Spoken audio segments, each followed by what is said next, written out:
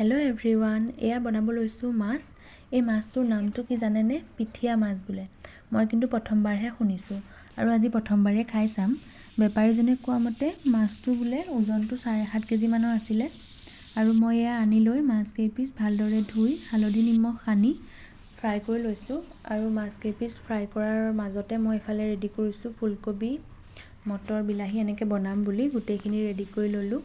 আৰু মাছ ভজাৰ তেলতে প্ৰথমে আলু কেইপিচ অকণমান ফ্ৰাই কৰি লৈছোঁ আৰু ইফালে ফুলকবিখিনি অকণমান বইল হ'বৰ বাবে উঠাই দিছোঁ।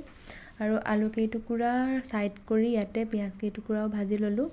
তাতে এয়া দিছোঁ হালধি আৰু আদা নহৰুৰ পেষ্ট।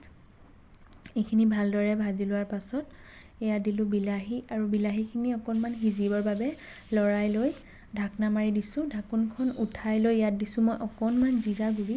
মই আকৌ বেছি মছলাও নাখাওঁ, জিৰাটো অকণমান দিওঁ আৰু চব্জিবোৰত। তাৰপিছত এইফালে ফুলকবিখিনিও বইল হৈ গৈছে। ফুলকবিখিনি টুকি লৈ তাতে দি দিলোঁ আৰু এইফালে মটৰ, গাজৰ বাকী ৰেডি কৰি লোৱাখিনি দি দিলোঁ। দুটা জলকীয়াও দিছোঁ, অপশ্যনেল হয়।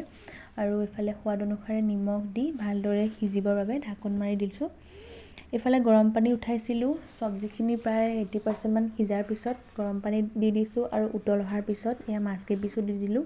আৰু ইয়াৰ মাজতে মই ৰেডি কৰিছিলোঁ এয়া চালাড, গাজৰ, তিয়ঁহ এনেকৈ ধুনীয়াকৈ সজাই দিছোঁ প্লেটখন। আৰু এয়া চাওক চব্জিখিনি উতল আহিছে। ইয়াতে মই ধনিয়া দি পেলাই গাৰ্নিছ কৰিলোঁ আৰু এয়া আঞ্জা হৈয়ে গ'ল। মই এয়া ভাত খাবৰ বাবে ৰেডি কৰিছোঁ আৰু আজিলৈ আহিলোঁ দেই, বাই।